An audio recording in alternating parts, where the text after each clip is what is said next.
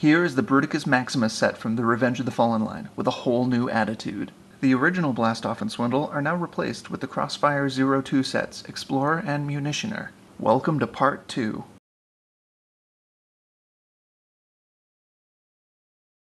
So here are the sets that I, and so many others, have waited so long for. So, are they worth the wait, or did they leave something to be desired? Let's take a good look at Crossfire02 and find out. First, let's look at the packaging really quick. I normally don't bother with packaging, I just wanted to point out that these are really nice. Full color printings of the figures, what comes with them, and what it goes with.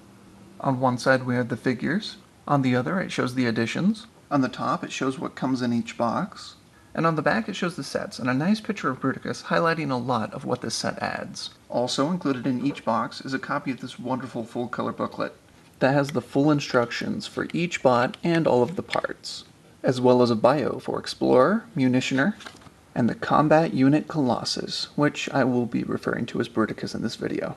It's all really cool stuff. Just in the packaging alone, you feel like they went the extra mile to give you something incredible. Alright, onto the plastic. I'll start with Crossfire02A Explorer. Included in this set is Explorer himself, his axe sword tail fin thing, a rifle, a grenade launcher, 2 rocket pods, the left foot of the combiner, and a large twin cannon. I'll be going over what each part does as we get to the bots that they interact with.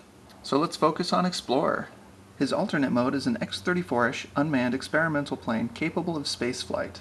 I think this design is really awesome. The concept and the colors work much better with this team than a space shuttle ever would. Props to FansProject for this idea. This mode is delicious. It's got great detailing and wonderful paint applications. It's a quality piece that you can tell was lovingly crafted. The first thing you'll notice when you pick it up is that it's much lighter than similar Scout class toys, and it also feels like a different type of plastic. I'm no expert, and I can't be bothered to do the research, but it feels more like a plastic you would find in like a model kit or something. You can definitely tell when you pick this thing up that it is not a toy. This is a piece to be admired and looked at far more than picking it up and fiddling with it. And I think that's to its detriment, because you can't look at one of these configurations, alternate, bot, or combined, and not want to pick it up and switch it around. The underside isn't great to look at, however. It's mostly just robot junk. There isn't much more to say about this mode other than it looks sexy. It doesn't roll or have any gimmicks, it's just a great alternate mode. So, let's robot. Seeing as how I need to be extra careful with the transformations, I won't be showing them on camera. But that won't stop you from getting a nice eyeful of this bot. Oh man, Explorer looks so good. There's just such wonderful attention to detail, you can't help but enjoy looking at him. He's blocky in all the right places and sports some great angles, like the bits on his chest. He's also wonderfully posable. Ball-jointed head, ball joint on a swivel for the shoulders, elbows have a ball joint on a swivel, these 2 chest pieces are on a ball joint, 360 waist, ball hips, 360 thigh swivel, 90-degree knees, ball-jointed ankles. As you can see, he will do nearly anything you can think of. So that means you'll want to pick him up and play with him, but you need to take care because of that lighter plastic. It's a good quality plastic, don't get me wrong. You just need to be careful with the Crossfire sets. Between the 2 Crossfire sets, there are a plethora of weapons he can hold. But he's meant to be used with his axe, which can be extended into a large saber, and I am definitely a fan. But unfortunately there's nowhere to store it in robot mode, so if you don't want him holding it, you're out of luck. Another bummer is his backpack. The nose cone just hangs there. It's not hard to pass over, but with all the care that went into this set, it seems like it could have been utilized. Like a place to hold his axe when not in use? There's not much more to comment on. Overall, an excellent figure, nearly worth the price of admission all on his own, and there's still so much more to look at. Next up, Crossfire02B Munitioner. This set seems to come with a bit more packed in. This set comes with Munitioner himself, and his gun, the right foot of Bruticus, the head of Bruticus, the 2 left forearm pieces, the right and left combiner hands, which combine to form some handheld artillery, the waist armor for Bruticus, and 3 more pieces of handheld artillery. But let's focus on Munitioner for now. So his alternate mode, a Tan Army combat support vehicle. It's another great looking alternate mode, with tons of stunning detail and lovingly applied paint applications. The panel lines are a bit more evident than I feel they should be. Panel lines going through windows have always been a pet peeve of mine. As you can see, his gun does mount nicely on top and will rotate 360. He also rolls nicely, as anything with wheels should. And again, this guy is made with the same type of plastic that Explorer is, so do take care when handling these sets. Aside from gushing, I'm about out of things to say about the alternate mode, so let's robot. Munitioner looks every bit as good as Explorer in robot mode. So much lovely detail makes me wish I could see stuff like this more often. His posability is on par with Explorer, so that's excellent. Ball jointed head, ball shoulders, ball joint on a hinge elbows, 360 waist, ball hips, 360 thigh swivel, 90-degree knees, a ball joint, and a pivot in the foot. So he too can get into nearly any pose you can think of. All 5 robots can make ample use of this stockpile of weapons, and Munitioner is no exception, but he's meant to be used with his own blaster. He holds it well, and it looks great. You can get some great gunslinger poses with him.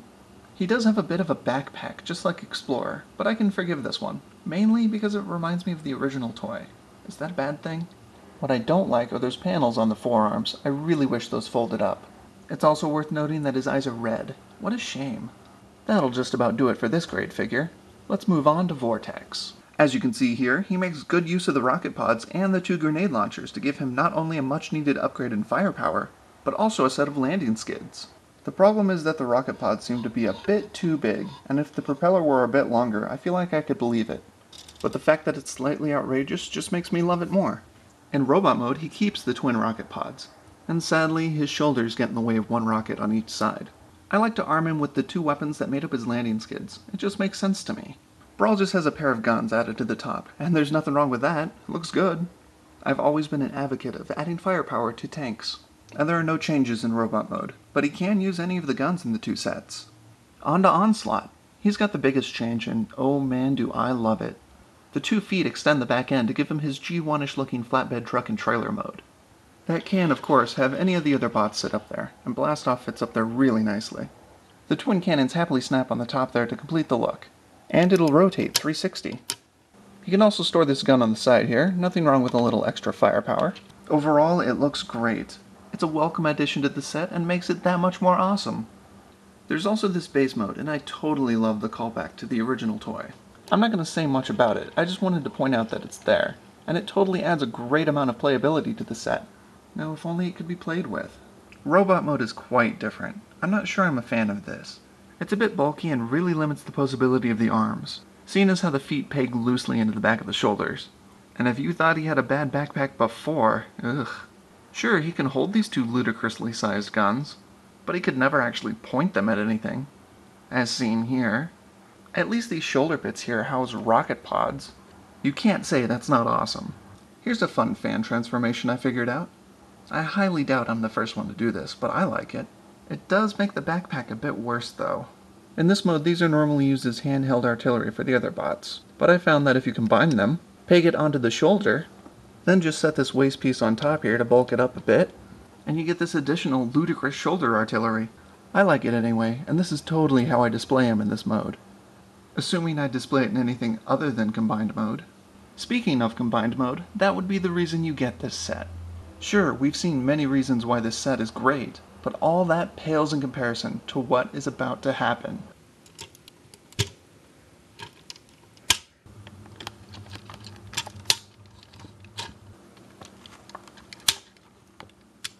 Oh man, if you thought this set was good before, now you know why it's awesome. Just take a look at this great looking, ultra posable, G1 accurate beauty of a bot.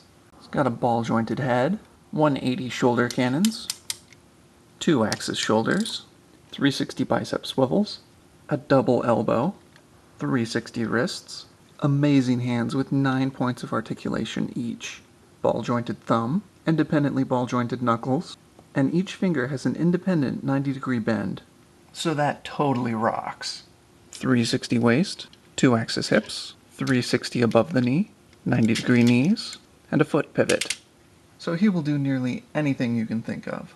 His only real limiting factor is his size. He can be a bit top-heavy in some extreme poses. And you also can't get his legs any closer together than that without losing his waist piece. His only real weakness is his backside. It's kind of bland and exposed. Now, let's take a look at his armaments.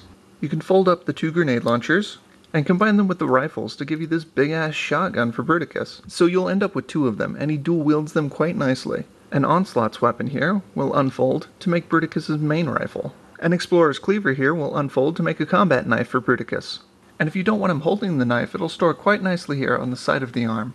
Both shotguns store nicely on his backpack here, and you can store his primary weapon on the back as well. So as you can tell, he's heavily armed. Few bots, if any, could match him in raw firepower. There isn't much more I can say about this configuration that isn't just me gushing about how much I love it, so let's wrap it up here. Final thoughts? This set leaves me searching for words, because all I can think about is how much I love it. It does have its faults, mostly the fact that it's not a toy, and should be handled with extreme care. There's just so much play value between the three configurations that it's hard for me to just leave it alone. I do love the way this guy looks, and I really appreciate the care that went into him. And it's great that he comes with all of these awesome accessories that, for the most part, work really well in all three modes. There are so many wonderful things that make this upgrade set worth the money, and I say pick it up if you have the chance. I also recommend getting him now. Don't wait. If the past can tell us anything, it's that FansProject stuff will only go up in price. So, as always, much thanks to all of you for checking out my thoughts on this set. I hope you've enjoyed this epic review, and I hope I've helped you make a decision on purchasing this glorious bot.